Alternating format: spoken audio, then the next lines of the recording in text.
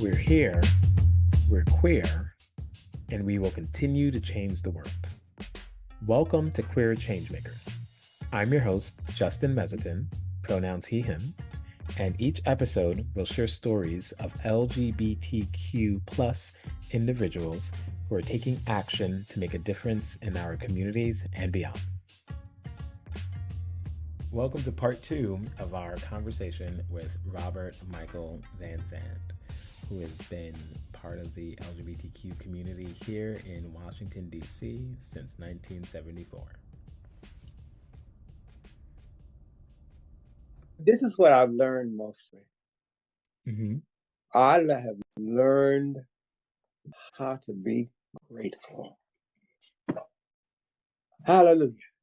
I've learned how to be grateful. I've seen some things, and I've experienced some things, and some things that people have not been able to get out of or could not get out of. But I lived through it. Yeah. I lived through Jimmy Did It. You ever heard of Jimmy Did It? I haven't, actually. There was a serial murderer. Oh. Killing people around the brass rail downtown. And several people I know were murdered. Obviously, Jimmy was an attractive fellow. Whoever he was must have been charismatic. Because they never did find Jimmy. Wow. But one friend of mine, the friend I mentioned earlier, who we did the singing, who's Supremes, he was over visiting me one day. He said, and they had drawn a picture of us. The person who I mentioned before that was doing the Supremes thing, he had come out of my house earlier one day, and I had the blade there. And he looked at the blade. He says, I almost invited you to my house last Wednesday. Because it was like Saturday. Oh, a Wednesday night. I saw him down. And what had happened in his case, the report may have saved him, is that some friend of his that he had known for a long time came up.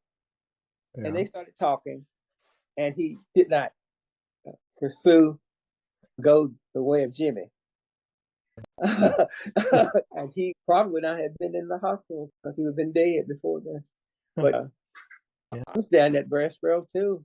So I could have been a Jimmy Did It person. Also, several people got killed. You know where the brass rail was at the time? You know, it was right on 13th Street. There's a McDonald's there right next to it, but there's some kind of art store right there is where the brass rail was. And right past the McDonald's was actually at the time Aurora Rogers. And then there's a security place next to the McDonald's, was the McDonald's. And next to the McDonald's was a Hustler bar. And children were walking back and forth from the Cafe Naples, which is bar, around the corner to the brass rail and back and forth. And Jimmy was there looking for a target. And I don't know how he must have killed about a dozen people. I don't know. I can't remember. All I know is somewhere in the archives at the Blade. There's an article in the Blade back around the early 80s, I believe it was. There's an article in the Blade called Jimmy Did It.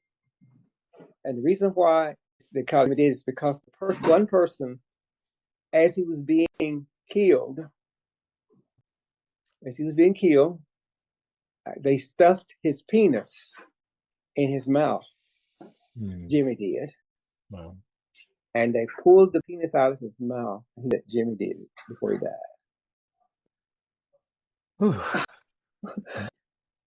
There is a Jimmy Did It. Later on, there's some other killers. There were killers who were killing people. During the 90s, there were a lot of hustlers. Before we had the cell phones, there were a lot of people who sold their bodies downtown. And some people would go down there and some situations would not work out for them. I had a very good friend who got mad at me. People always get mad at me. Because there was a person who was at my house who had robbed him. Oh. And I had a very nice relationship with that person. But I knew the person was for hire. And he did too. And he invited him up to his house. And he only had 75 cents. So the person hit him with the stereo and hit with the stereo and took it and left. And then he found out that I knew this person. And he was mad at me for knowing this person. I said I had a really good relationship with this person. I had never even, I wouldn't even believe that he would do such a thing. But I only had 75 cents. I said, okay. A lot of things happened. Right. And I'm talking so much stuff. yeah, it's a good thing about history, though. There's the good, there's the bad, and when we make it through, we can look back and be grateful. Yeah, like, yeah. I do have a different question for you. Mm-hmm. You know who died recently? Cornelius Baker. Cornelius Baker. He's a prominent name in the annals of DC history, especially when it comes to AIDS. He died recently, and they had his funeral, in fact, at National Cathedral. I tell the story, and we do really need to be our brother's keeper. We need to be our brother's keeper. Cornelius was sitting next to me on a couch at a Rainbow History event, honoring pioneers, and he was one of those. On a Sunday, he was sitting right next to me. He was talking about how much his arm was hurting. How much his arm was hurting. Yeah. He was in terrible pain. And so I just left it alone. He went home. By Wednesday, someone called him, and he said he wasn't feeling too well. Thursday, they were supposed to have a meeting, and he didn't show. On Friday, a former city council person, Ms. Carol Schwartz, went to his apartment. She had a key. And he had been dead there for a few days, looks like. I just think that we have to be, if there's something to go for the future, we really, maybe not like I did, run a shelter without a government contract. But I won't do that because in a period of 30 years, I must have had 25 roommates, at least a couple dozen roommates. So we need to look out for each other and sometimes we may even have to be stubborn. And we may have to I hate to say force people to do things. Like I kept thinking, me and several other people were sitting there looking at him on that Sunday, Cornelius. Yeah. And he was, hey, I was, how you? Well, I'm okay. I just, because he had a very bad accident last year or so, and he was in Europe somewhere and injured his leg. But he said, my leg is okay, but my shoulder something bad going on. And I really think that somebody should have said, why don't you go to the doctor? But he didn't, as I understand. There's one story that he did and he left, but that didn't seem to hold any water. The story that seems to hold water is the fact that he never did go. Yeah. So if you want to know what I'm looking for in the future, is that because we don't really have, in many cases, we don't really have family, because we had to leave family like me. 50 years ago, I had to pack up my bags and get on the bus and ride away. I still have property there now. That same field that I picked up potatoes that morning that I was getting. My father was going to give me money to come to Washington, but he didn't want me to give me money as I worked. So he got me up at 3 or 4 o'clock in the morning Went down to the field and I ran behind an old mule and picked up potatoes so I had blisters on my hands. And I asked him 27 years later, I said, Daddy, why did you make me do that? I wanted you to know never be afraid to work. And I never was afraid to work, and I always had something because I was always working. And so I learned how to take care. My parents were keepers of the community. My father was the deacon. That garden that we raised every year, if you needed any food, all you had to do was go and get some of it. So my mother would have people staying with us, and so I got used to that, sharing space with people. Getting back to the original point was that I think that we have to look out for each other. Some things that are very troubling to me right now with the most recent political situation here is that we have some people who are in charge who doesn't care about anybody, care absolutely nothing about anybody. Just don't care about anybody. And I learned something one day when I was in seminary. I was taking a class on an environmental approach to religion. And one day we had to go out to the a yard out there, right there on Massachusetts Avenue, out in the yard at the seminary. And so on the yard, the teacher had us to mark off about a couple of inches of space in a little square and sit there and look at that little square and look around and look around. And we sat there for a while. And then we had to go back in class and talk about what we saw. And I came up with the fact that the universe is a mosaic. People are always talking about trying to get unified. I realized the world is not supposed to look alike. People in the world, things in the world are not supposed to look alike. But we're all part of the same. Yeah. We're all part of the same. I saw bugs. I saw pieces of what used to be the part of the trees. There was now just a little piece of something laying there on the ground. But at one point, it was part of the tree. I saw birds flying by, people driving past with the cars. And looked around and saw my classmates sitting out there. And everything. And I said, oh, this is what the world is about. The universe is about. It's a mosaic.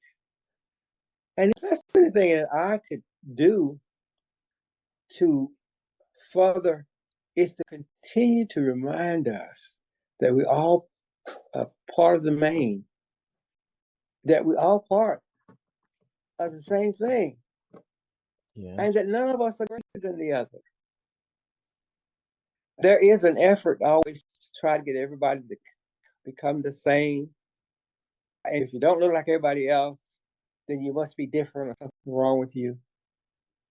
The shuttle that blew up back in the 80s, it blew up because they didn't take anybody else's advice. The reason why the shuttle blew up, some people had already mentioned it to them. That this could happen. But the main thought was to set it up like the way it was. And they didn't pay that. There was one or two people who kept saying no. They said it right on up. The Challenger, and it just exploded. Yep. And so we have found out that when people work together, things work out much better. I have a housemate here who's been here with me 33 years. And he and I fuss a lot. We've been fussing for 33 years.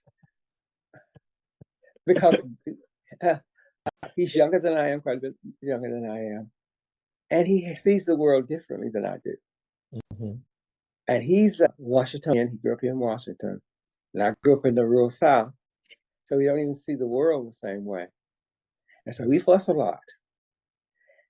But whenever it is that we do something together, it looks better than it would have done if either one of us had done it by ourselves. That's, yeah. It's It's diversity. diversity. It's a beautiful part of life. Diversity is a wonderful thing.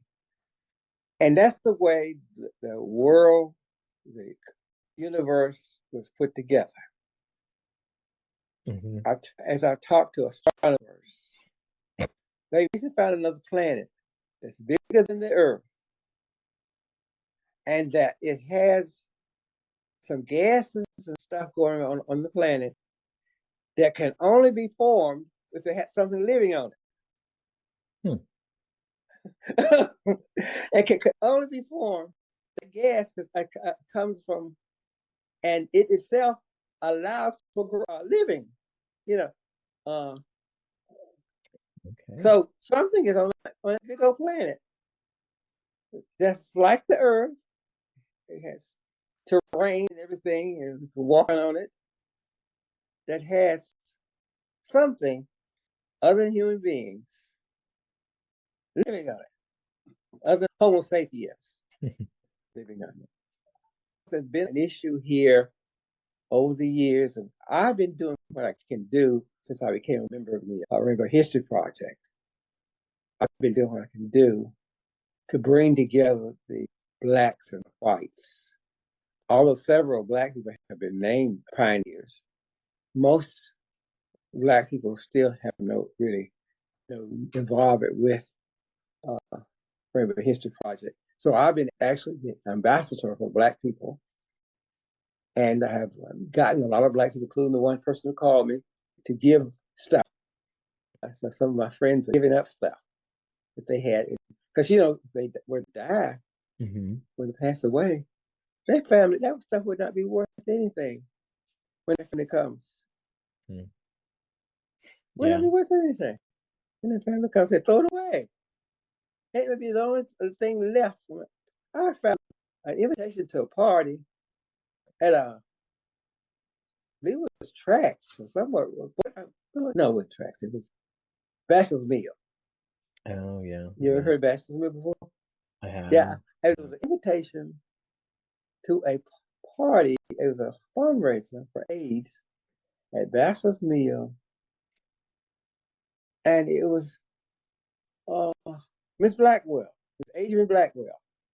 Have you ever heard of Adrian Blackwell? It doesn't come to mind at the moment. No. Oh, God. Adrian Blackwell was a trans person entertainer who was something else. If you ask the old people about Adrian Blackwell, they say, "Oh yes, Miss Blackwell. How you doing? How you doing, babe?" And he gave and I found a little invitation. I don't know who else would had that invitation to that party there at Bachelor's Meal from early 80s, from the early 80s. And I, of course, get to the Rainbow History Project. It's something that happened. But you'd have liked Miss Blackwell. You'd have liked her. She was entertaining, and she wore them high heels and would stomp her high heels to let you know they were good shoes. And also did sex shows, and also did the strippers, the boy strippers. Hmm. It was very prominent and popular here in Washington. One time I had a party here. This is how you have to take care of people. I'm coming back to this. One time I had a party here, and Miss Blackwell came to the party. And it was one of those times where times were not going well. Were not going well for Adrian, for Miss Blackwell.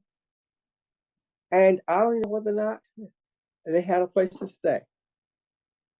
Or where they had a place to stay may not have been the place they wanted to be, because homelessness does not necessarily mean that you don't have a place you can go in and out of. You may not feel comfortable Hmm. wherever you are.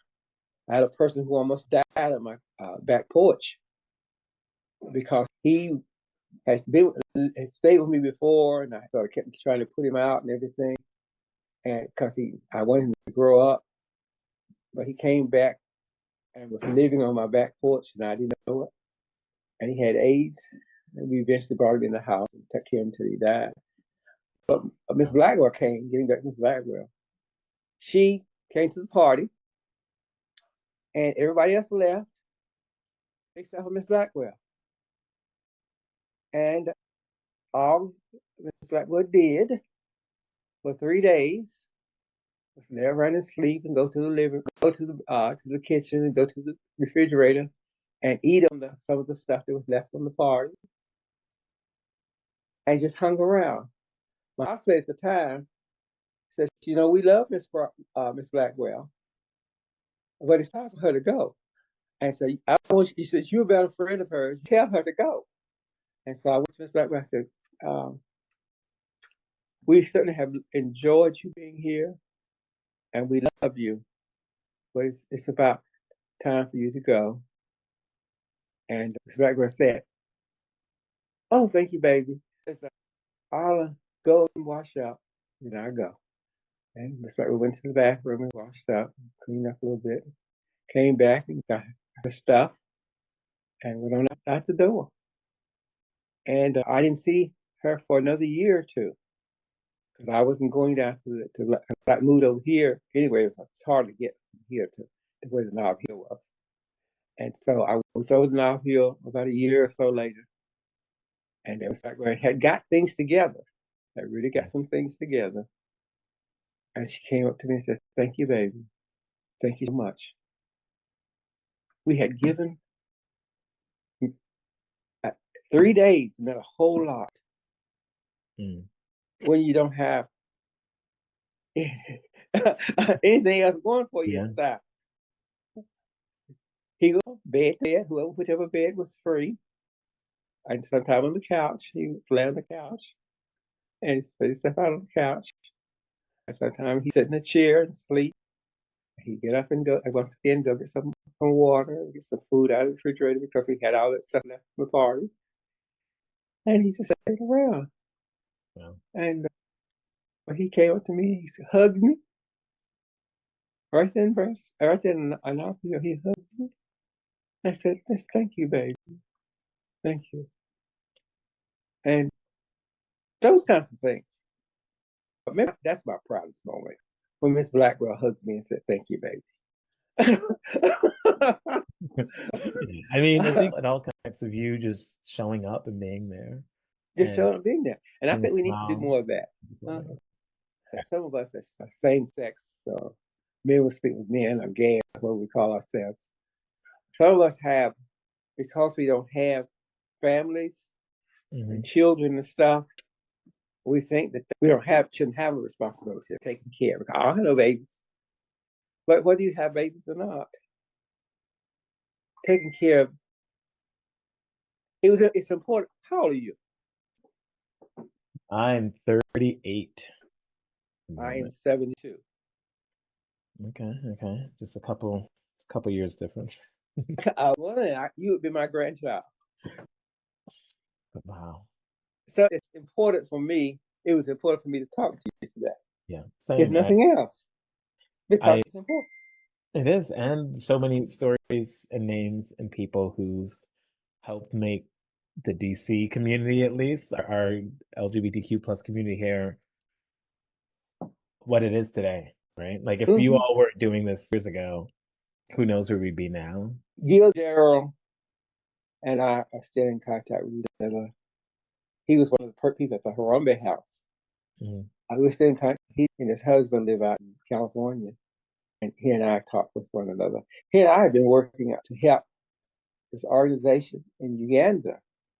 There was this organization in Uganda that was hiding gay people. Because if you're caught in the act, you go to jail for 20 years. And even if you say something nice about gay people, you can as much as 5 years. There.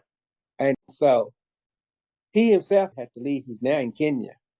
He had to leave. He got caught and he got away, and the police was after him, and I helped him to get to Kenya last week.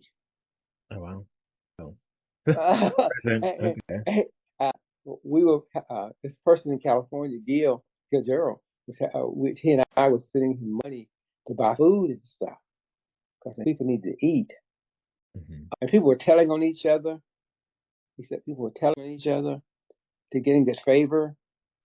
So you have to be careful about who you speak with because they'll go tell on you and and all this kind of stuff. So each one, reach one, and that's where I am. Yeah, just want to mention other names. If you want to mention names, and Mhm. Courtney Williams,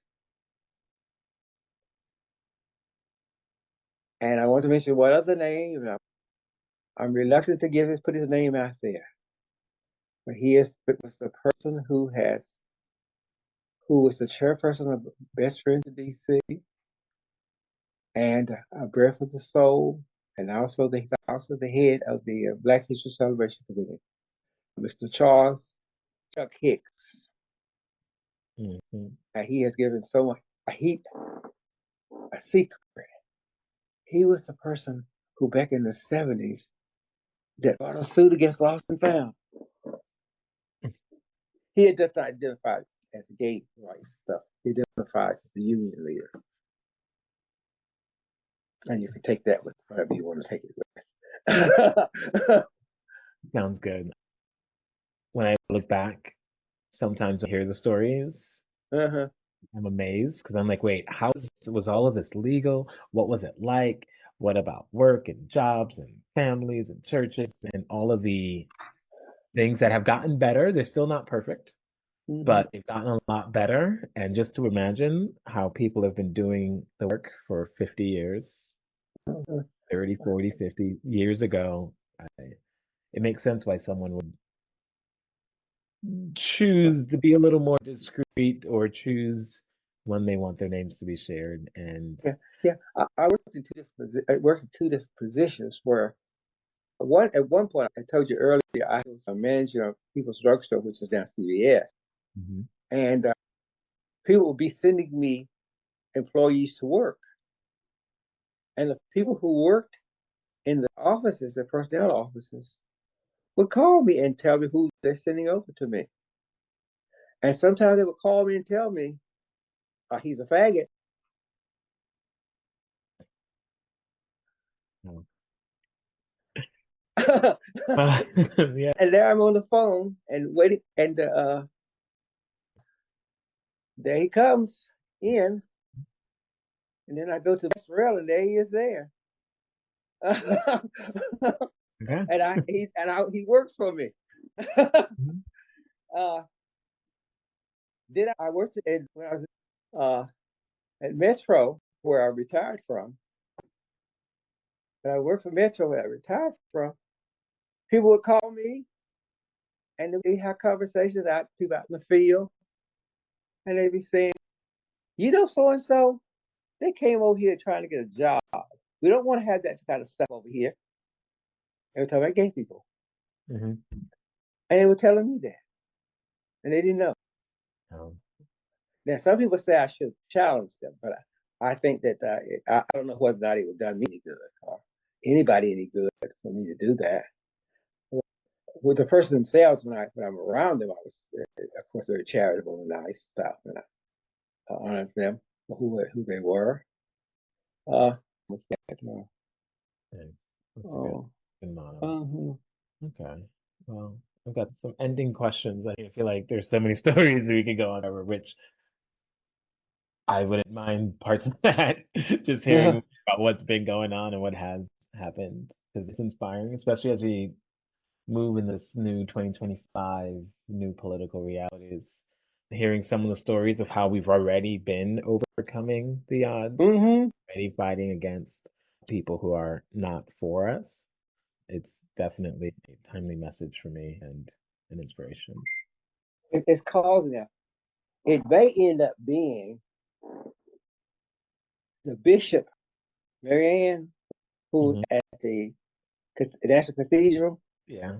She may end up being the person to stop Trumpism. Because right now, the Christian church is broken up over her saying what she said to Trump. Yeah. The Christian church has to make a decision whether or not it's going to be about love and inclusion or it's going to be about separatism. Jesus healed the lepers. Jesus went anywhere. Jesus had no home one time. The fox has a place to live in, but the Son of Man has no place to live. So if the Christian church is going to be the Christian church, like the Jesus that's in the Bible, it's going to have to go in her favor. What she spoke was what we call a prophetic word. It was not political, it was prophetic. But of course, the president would not know what kind of a prophetic word is. But that's the word that God gives you to warn, to encourage, to do whatever is necessary. In the Old Testament is mostly warning. In the New Testament is a bit more encouraging because of the belief that Jesus came and died for our sins. So what all this stuff you hear, you've seen about gay, lesbian, transgender people and all that kind of stuff, something's going to happen. And I believe it. I don't believe it's going to be successful because it's evil. Yeah. Can I say use that word? Evil? It's essentially evil. I don't know whether or not where you are with the word called sin. Mm-hmm. Sin, translated in the Bible, is being separation from the mark. You miss the mark. Yeah. You miss the mark. That's what sin is. If there's somewhere out there there's a mark of righteousness or something, there's a mark out there that you're supposed to hit. And that's what you're supposed to be always trying to do, hit that mark with whatever you do. And when you don't hit the mark, you sin. But I was taught the essence of sin itself is self-centered pride. And so whenever I look at things like that went on the 20th, Mm-hmm. and all things I had been going through this week, I'm peeling out self-centered pride. That these people, certain people believe themselves better than others. Yeah. And I grew up in the South where I grew up before integration, because when I was born, we were still segregated. We still were segregated. When I was growing up in the 50s, I went into the 60s and stuff before we were able to desegregate the schools. But what really got me was when they desegregated the schools. They said I was going to school with white people, and I saw the class difference. Mm-hmm. Oh, and how they treated the poor white. Oh God. And they're the ones, many of them are the ones who were voted for this person in the White House because of whiteness, because he came across as the whitest. And that was something that was put in their minds from the time that they came to America. See, America, there's stories out there about people came here to seek religious freedom and all that kind of stuff. But basically, most people who came to the United States and Europe, they came here because most of them were indigents living in the streets. And the wealthy people were tired of them defecating in the streets there in Europe. And they put them on ships and put somebody else, another land gentry person in charge of it, and brought them over here. Yeah. And so you end up having all these indigent white people. And then they brought the slaves over. And then they got to the point where they divided in Portugal. It was a guy in Portugal who came up with the concept of black and white, because they didn't even have a concept of black and white. And so that meant that the poor whites could claim being white. And that was all fun. They didn't get anything from it, but they can claim being white. So it pitted them against each other because most of the people who were doing things to the black slaves were poor whites. They became their job to inflict punishment on black. So that's the way it is. I read 4 or 5 books this summer or this year on whiteness, just whiteness, and how it is that people who don't have anything would vote for the persons in the White House. Lyndon Johnson said that if you could convince a poor white person that he's better than the best colored person, you could get it in his pockets. In fact, he'll even give you the money from his pockets. He said that back in the 60s. President Lyndon Johnson said. Yeah. And then he signed a Civil Rights Act. And so it's self-centered pride. When it comes to the whites, the only thing that they can really hold on to is their whiteness. And so they will vote for the person they think represents whiteness. Yeah. Whether or not they get anything out of it or not.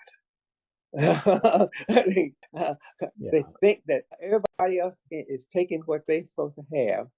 Because the man himself, the landed gentry, would tell you, the owners of the hotels, like the person in the White House, will tell you that the reason why you don't have is because they have what you don't have. Yeah. And now they're trying to get rid of all the Latinos so that black people go back to black jobs.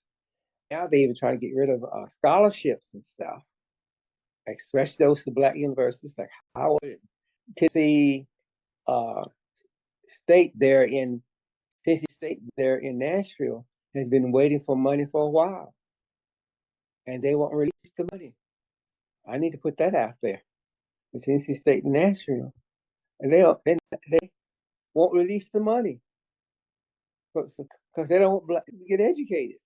So they have to go to the jobs and do the old jobs that they used to, the black people jobs. Yeah, it's interesting thing. So if they get rid of the Latinos, then there's plenty of jobs for black people to go back to. They won't have they stop all the education programs. So that's a method of madness. But I got way off. Yeah, you a little bit. That is an interesting perspective to how you move things backwards, right? If everything goes back, the society structures can reshape, and yeah, that's interesting. Those of us who've been around a long time need to teach others. We need to teach others. That's why I'm going on and on and on. We need to let you know some of the things that happen. There used to be a law here in D.C. where if you kill a gay person, the argument was homosexual panic. A reaction formation, they called it. A reaction formation. You have homosexual panic. And that would be one of the defense things they would use on gay people. I don't think you can do it anymore here in Washington, but I'm sure in other places you can. that bishop, I can't ever think her last name, who spoke, she was instrumental in getting Matthew Shepard into the National Cathedral and archives there. He is there because they kept moving his body. Matthew Shepard kept moving his body because they were afraid that somebody would do something to it. And finally, she was instrumental in getting his body there in the National Cathedral. Yeah, along with some other very famous people.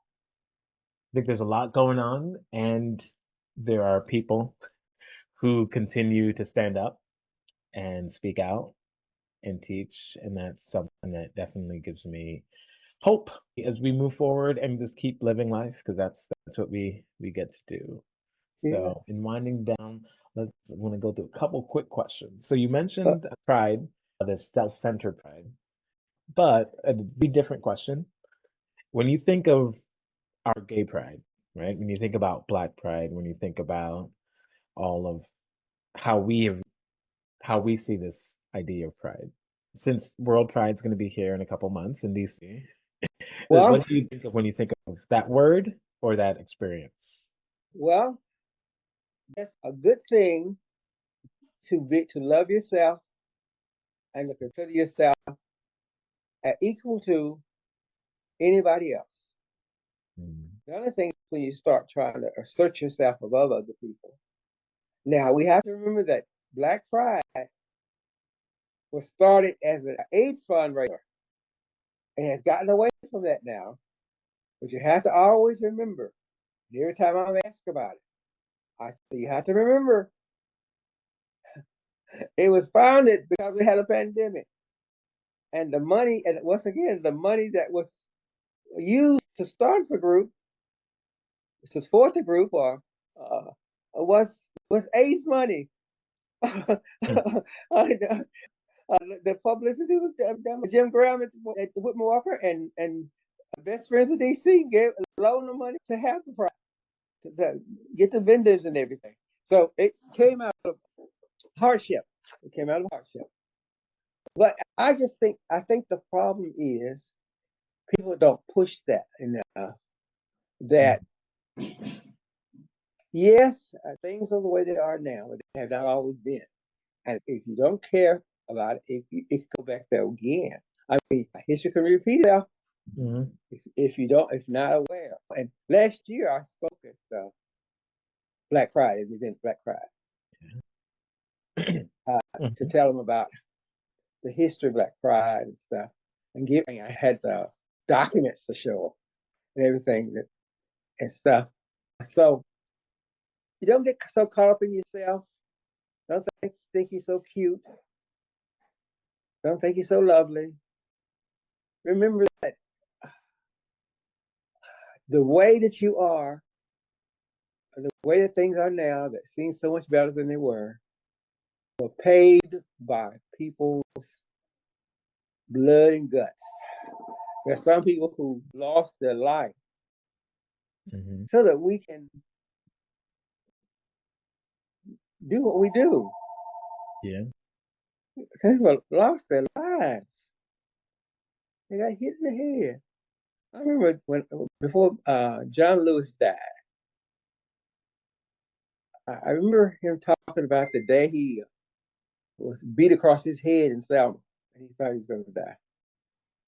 And stuff. He tickled me because he had developed a certain kind of spirit over time.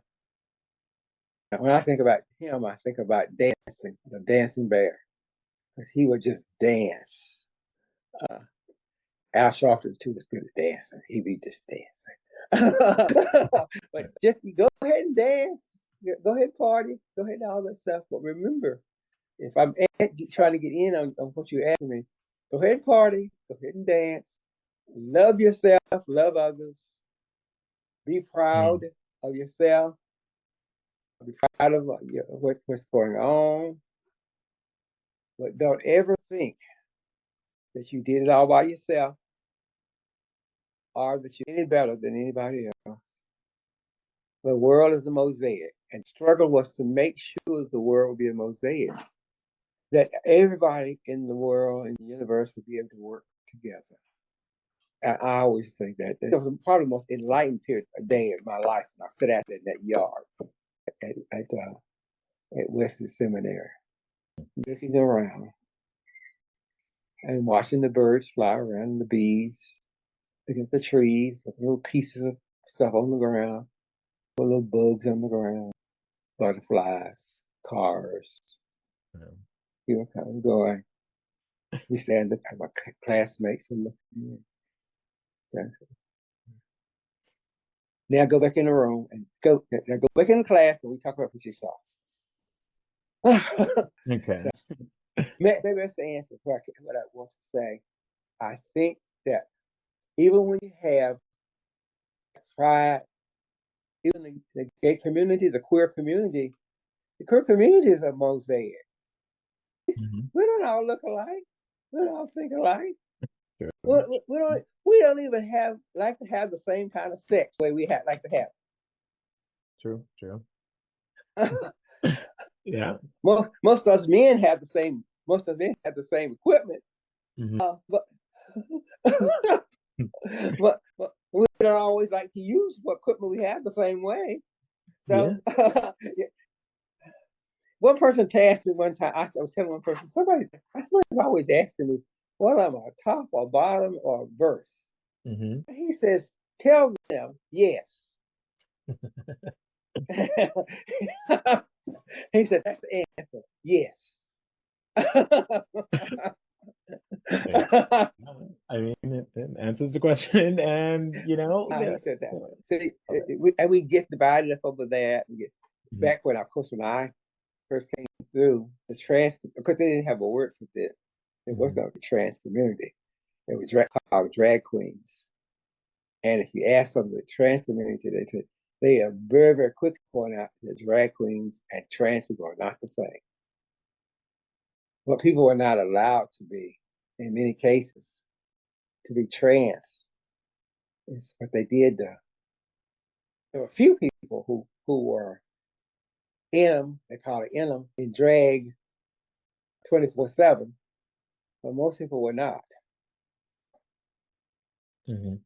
hmm But I met one of the most prominent trans people in the city, Earlene Budd. Hmm. When Yeah. I met Earlene Budd at the Brass Rail, Earlene Budd should not have even been in the Brass Rail because Earlene was Earl and he was only about 16 years old.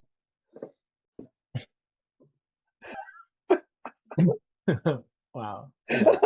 So I laugh. I think I'm like, oh wait. I've seen Erling Bud out and about in different places. So yeah, at 16, that was a while ago. Yeah, she's around and like she's at different things. He was Earl. Hmm. We laughed, we talked about the time. He said, yeah, it was Earl. And some Wow. of the other people who are not trans people, when I first met them, they were in transition. Hmm. And people did not like them.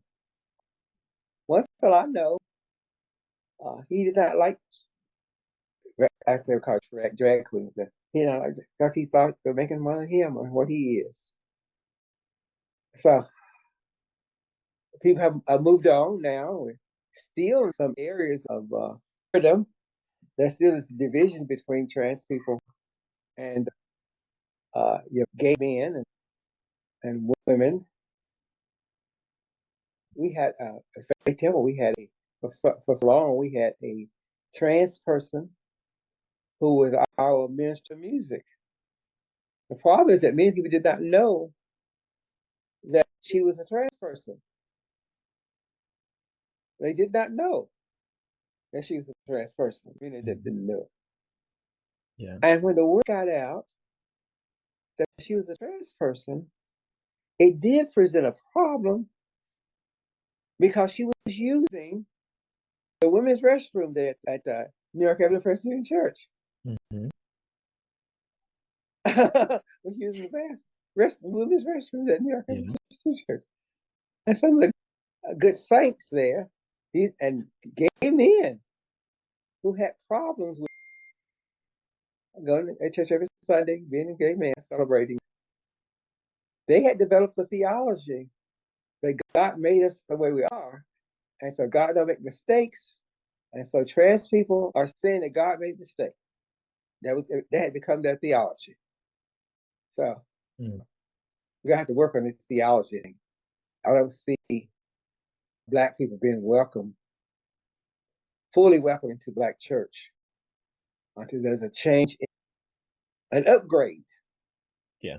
in a theological perspective, because homosexuality and the interpretation of homosexuality being a sin from biblical interpretation has not been the case since 1980. Has not been the case. Unless you go to a place like Bob Jones University, who thought that black people were descendants of Ham and therefore a cursed race until recently. Unless you go to a place like that, you cannot go to a good school religion and they have an anti-gay thing. Yeah. I was up to Wesley Seminary 5 years, and I never heard a discouraging word about gay people. Only when the United Methodist Church had a schism, and some of the rural churches, some of the African churches developed a anti-gay thing. And the reason why the reason why African countries often have an anti-gay thing, one of the reasons is the fear of annihilation, fear of, they have to have children. The other one is because white evangelicals went there and gave them their religion. And so, Yeah. and gave them their religion. That's the reason why you run into that. Because I talk to every day. I'm in correspondence with somebody in Africa every day, and they be trying to get me and talk to me, and sometimes they leave messages and I call them back, and I hear what I'm hearing is white evangelicals. Yep. Yeah. That's what I'm hearing, and so that's that. Oh. Yeah. Okay, so let's do some rapid fire questions. So I'm going to ask you 4 questions, and we'll be quick. Yeah, go ahead. Okay, so when you think of our Black LGBTQ plus community, especially the future, what is one thing that you want for a Black LGBTQ plus community? I want us to be united. Mhm. You and I tie. You and I tie. Because we need one another. We do. I talked about I had 24, 25 roommates in 30 years. But don't you think that in that time, I learned a whole lot from people? This whole poor Southern colored boy from Tennessee, Mm-hmm. I learned a whole lot of stuff from these people. I Yeah. learned a lot. Actually, the person who was sleeping on my back porch, who later died of AIDS, he became one of my best friends. The best friends I ever had. Oh, nice. And people would say he had very nothing to offer. He had a Peter Pan complex, and he died at 30. But he was acting like he may be 14 or 15. That was because he was stunted emotionally, and he was also small in stature, and he was stunted emotionally. At his funeral, they asked me to say something. I said, "What really got me was he was my friend. Mm. He really was my friend. If I needed to do anything for me, he would, wherever he is, he drop it, and he was my friend." And I often said that if I should ever have money and could start a business, I want to have a business where I'd hire people who are not hireable. Mm. People who normally, because I knew a lot of people who they could not fit into a time schedule. Yeah. You know what I'm saying? Or they had done things in life and they would not qualify for a job. But they were gifted, Mm-hmm. absolutely gifted. Yeah. Yeah. And I just wish that I had some, if I should ever win the Powerball or Mega Millions or something, I guess I just set up a business. Maybe you don't have to run it. And just gather the children all over town that seem like they can't get it together. Mm-hmm. They can't get it together. I got clothes made. At the point, I had my own tailor Oh. for somebody who didn't work. He made my clothes, Hmm. everything. I Yeah. paid him to make the clothes. I didn't have to go. Means I didn't have to go to the store to buy. I had to buy material, and I paid him to make me stuff. Hmm. Uh, I, I, Yeah, and that's yeah, beautiful too, because it's huh? like this person who's not being hired but has skills and I can do had a lot of and skill, provide value and huh? And have value. All of us have something we can do. All of us have something that we can do that we're the only one who can do it like that. We're the only ones who can do it like that. So if we don't give what we can do better than anybody else, it doesn't make us better than anybody else. It just means we can do that better than anybody else. yeah, It will never be done the way it should be done because you didn't do it. I'm looking at you now. You're yeah, doing this, I and you am. do it well. So Oh, if you were not doing this, who would be doing it? that's true. You know, you are. Totally. And would they be doing it as well as you doing it? Yeah, and Probably not. So just do what you do and do it well. But once again, my thing for the gay community is to work together. Work together. The enemy is more powerful in division.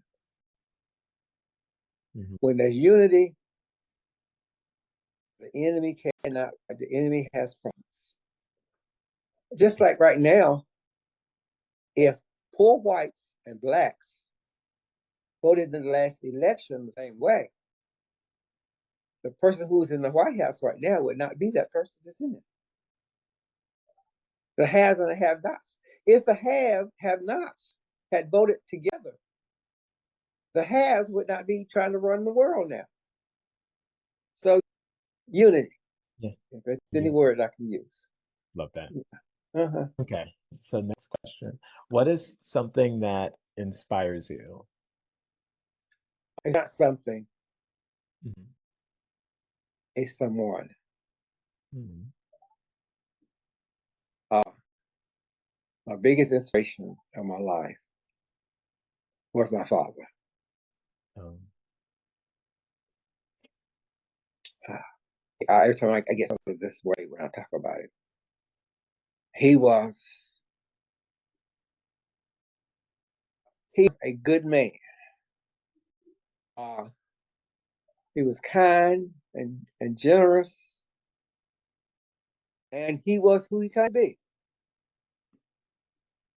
And you don't often get that. mhm, He was not the easiest person. He would beat your butt, but he was a fabulous human being. I had to make the decision to let him die. And I still sometimes, my sister, who was his person to call when he was very sick, they called my sister, and she could not make the decision as to whether or not to let him have these operations. They want to do 4 or 5 operations in only one day to let him go. I told my sister to go to her hymn book and then go to her Bible and read it, a passage in Thessalonians, and then go to her hymn book and start singing, "It is well with my soul." And when the doctor called him back, tell them just make him comfortable and let him go. I don't know whether he would approve of gay people or not. hmm, I never talked to him about that. Uh, how do he love me? yeah. I don't know whether he would or not. He was a holiness Pentecostal person, Oh, yeah. original Church of God, holiness. Mm, But he was everything. He was everything that he. I saw him around. Once I got old, anyway, I was around him a whole lot more. Church trips with him. I worked with him. In fact, one of the ways I paid for college was he had his own janitorial service, and I worked for him. And I saw how he worked and how conscientious he was, and everything. So He was my hero, Oh. and was my inspiration. And I sort of looked at other people who I met on the way. There have been some people who are here in Washington, Mm-hmm. Dr. Tenney, Dr. Sutton, I mentioned him earlier, A. Billy Jones, Lawrence Washington. These are people who, Gil Gerald, who I talk to regularly, and others who have continued the battle and Mm-hmm. have been sincere and very sincere to the fight. Oh. Yeah. So, another question is that what's something that you do for self-care or something you do that brings you joy? Music. Mm-hmm. Mm. And buy shoes. You should see my shoe collection. Okay. I had shoes there, I don't know where I'm gonna wear 'em. I don't. People don't dress like that anymore. Used to be when people dressed up. Oh, I got some shoes for you, baby. Right now, the last couple of months, I've been working on a shoe rack that's supposed to hold 80 pairs of shoes, Ooh, okay. That's and I can't get it all together yet. But I've been working on that since November, and I'll get it to stay together. Get upstairs in my bedroom and get all those shoes on that rack. Although some of them may never be able to wear again because my foot's not. One day back in the early '80s, I was being a snow bunny to an intimate friend yeah. who lived about a block or so from me, and I left this intimate friend's apartment, and I went on back up to the house where I was living. But on the way, it had snowed, and I slipped and I hurt my foot. Mm. I hurt my foot, and then I didn't have at the time. I was in between jobs. I was working a part-time job, and I had no benefits. And so I just if I didn't go to my part-time job, I would have had no job and had no money. So I continued to go, even though I had a broken foot. Many years later, I had to have the foot operated on because were not able to do what they needed to do. Then 10 years later, they wanted to wait until I was a little bit older to do what. 10 years later, they operated on it again, and now they won't do anything else with it. And so the rest of my life, I'll be semi-crippled. I'm gonna wear my pretty shoes though. I got 3 or 4 walking canes over here. Okay, yeah. Yeah. Yeah, You can still so be in that's what I did. style no matter what. Listen, and I have one of the best music collections. Mm-hmm. Yeah. Uh, my housemate over here, if you want disco, he's got he got a container full of music that most people knew.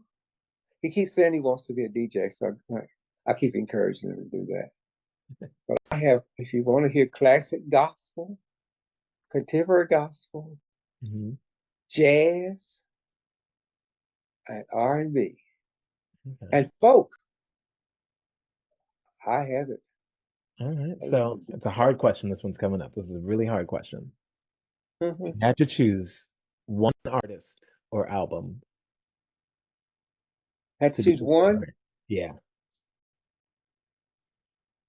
I'd choose Aretha Franklin, Mm, okay. and I would not choose a song of hers that I would not choose a song of hers that most people would choose. I went to several of her concerts. Her and Patti LaBelle, I've been more than anything. And Nancy Wilson, I said in the rain one time. Also, one of the Bell when the Bell was still together. I said in the rain one time, called the Bear. But Aretha Franklin concerts, you don't get all the popular hits. You get a string of slow ones Mm-hmm. that were her hits, and you get a string of fast ones that were her hits. And her concerts, most of the time, you get songs you never heard her sing before. And that's how you knew how well she could sing. It was when she sang a song that you wouldn't think she could sing.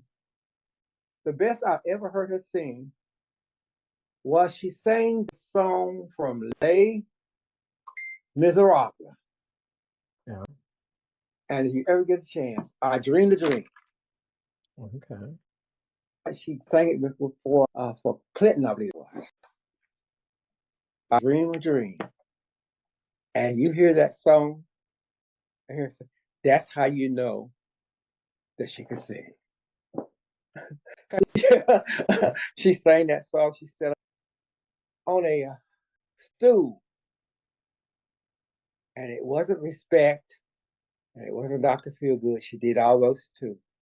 It was her sitting on that stool singing I Dreamed a Dream. Wow. Okay. Yeah, I'm gonna have to find that somewhere and just listen to it. Yeah. Yeah. You will thank me for it. Get ready. Okay. Get a tissue and cry I'll, because it's so inspirational. mm-hmm. It is so inspirational. I'll have my tissue box, get that, maybe have some hot tea and just relax to Yeah. it. Um, Isn't yeah, that something? I it's dreamed a dream. it is. It is. Times when Melon life was worth living. Mm, Oh, yeah.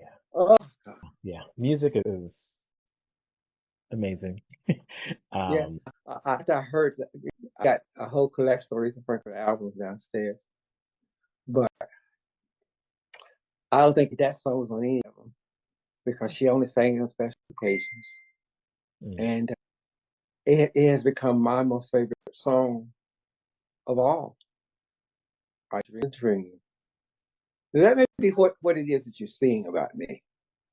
I may be like King. I may be a dreamer. yeah. If, and I'm gonna get religious right here, very spiritual. If there is no God, if there is no good supreme being who is loving and kind, we as a species and a world as it is will not survive. We have to be able to go beyond ourselves, and this is for gay community and everything else. We can't get so caught up on Pride Day or anything else that we forget about the other person. If we out there partying and you walk out of the building and see somebody on the sidewalk or in the street, treat them like a human being.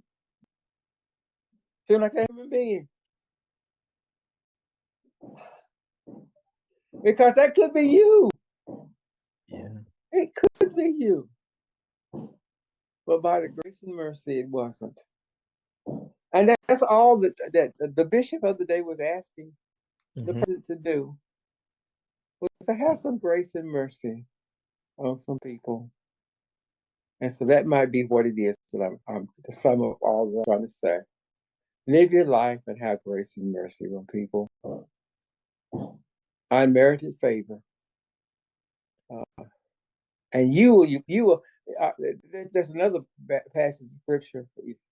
I'm a theologian now. I'm 8 years in seminary. So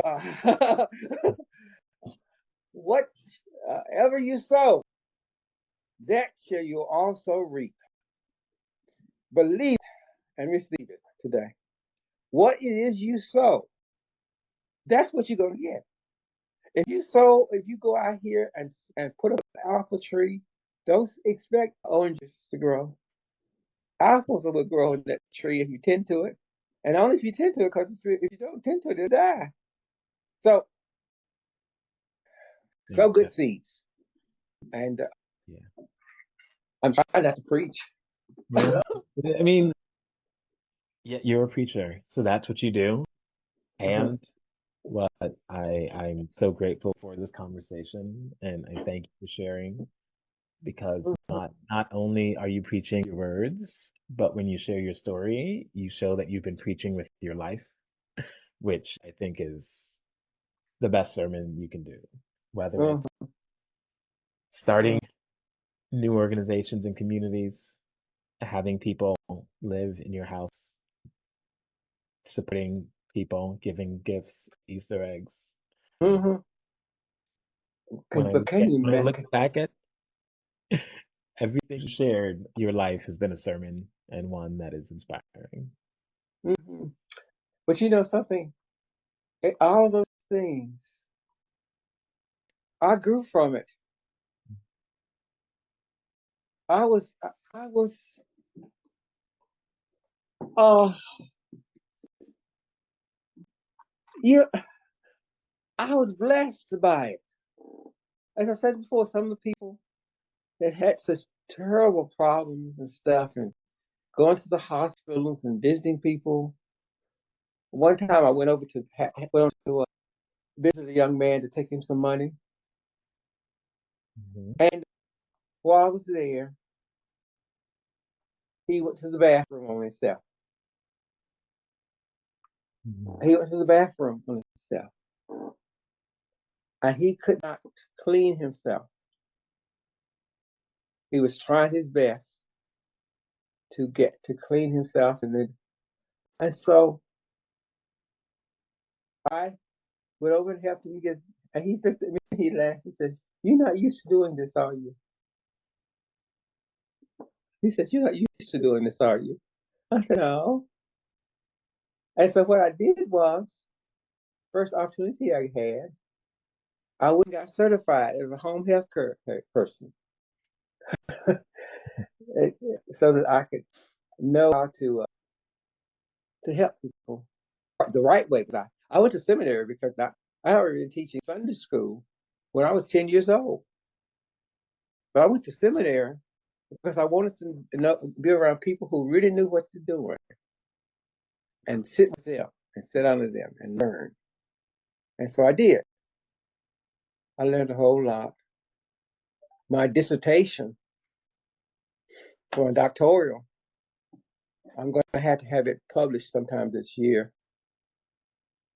There's a section in there on gay people. It's about forgiveness. The mhm. dissertation is about the results of an unforgiving spirit, the things that can happen to you when you don't have a forgiving spirit. They're not just emotional or mental things, but they're also physical things that can happen to you. Yeah. And I go into all those things that could happen to you if you're not.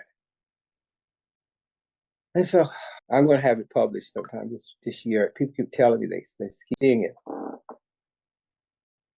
Mhm. Mm-hmm. I just got a message here from a woman who she was head of the gay organization at Howard University when she was a student there in the seminary. She's the Mhm. head of the gay religious organization at the seminary. And she just sent me a message. So I have a lot of people still in contact with her. Maybe that's another thing you should do. Up your circle of people. One of the things that I've been very helpful for when it has come to the Rainbow History Project is when they name somebody. I said, "Oh yeah, I know them. I have the number." They want to know about Black Pride. I said, "Oh, well, let me give Ernest a call. Let me give him a call. He's in California, but I have his number, and he was also my Facebook friend. We were also in that same room when he said, "I do it," along with Wilma Cook and Theodore Kirkland. And Theodore, he died. He died 3 years back. The person I was able to get in was lost and found was a white fellow who was also a pioneer. And whenever you get a chance to check on him, his name was Bruce Pennington. And he was a white fellow. He rented a house. He did a house over in the DuPont Circle area. And it was like a safe haven, a safe haven for people And he had several fellows living there at that house because it ain't easy being green. Yeah. It ain't easy being green. It has not been. I keep telling folks, wait a minute, you talking about me? And you think I've had this marvelous life? I said, don't you understand? I was 21 years old. I got on this bus. I had to pick up potatoes. I got on the bus and came away from home because I wanted to be me. And I knew I would never be me there. I would never be me there. I have a nephew who tries to be him there. And he just caused all kinds of confusion because he's trying to be him there. And it ain't no space for him. And if he came here to stay with me, I'd have to whoop his butt all the time because he's bad.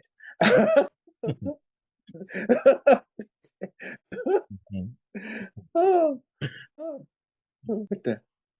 Wow. I have a bunch of questions, but you've answered them in different ways. Because usually I'm like, who's an LGBTQ person who's inspired you? And you've mentioned so many of them. Story over time. Another question I have is a piece of advice, and you were like, unity. We need to stick together. Unity. Yeah. I wore myself out. Yeah. I heard my most favorite song. Thank you so much for your time, your stories, memories. As life continues moving forward, it's good to have stories of what's been happening before. It's good to see the people and hear the names of the people who made DC what it is today, who've been here, who've been creating community, who've been supporting our LGBTQ plus families, making it a reality. So I thank you so, so much for all of what you've shared. Thank you for listening to this episode of Queer Changemakers. This is Justin, and I hope you are able to get some inspiration and maybe some ideas about how you can take action to create positive change in your life, communities, and beyond. See you next time.